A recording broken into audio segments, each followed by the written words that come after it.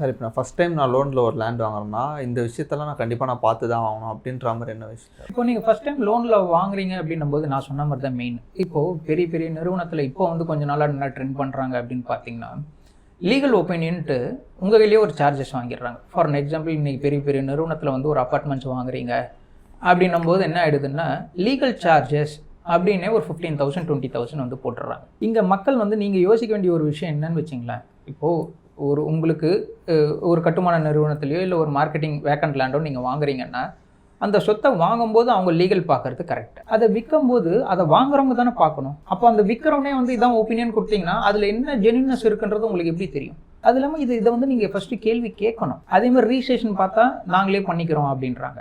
இதுலேயுமே ஒரு வயலேஷன்ஸ் இருக்குது. இதை தாண்டி வந்து இப்போ என்ன மாதிரி அட்வொகேட்ஸ்னால் இப்போ க்ளோஸ் ரிலேட்டிவ்ஸோ ஃப்ரெண்ட்ஸோ இல்லை எங்கேயில் லீகல் பார்க்குறவங்க வந்து என்ன சொல்லுவாங்கன்னா டிராஃப்ட் அனுப்புவாங்க, வெரிஃபை பண்ணுவாங்க. ஸோ அதில் நாங்கள் நிறைய மிஸ்டேக்ஸ் வந்து அவங்களுக்கு சொல்லுவோம்.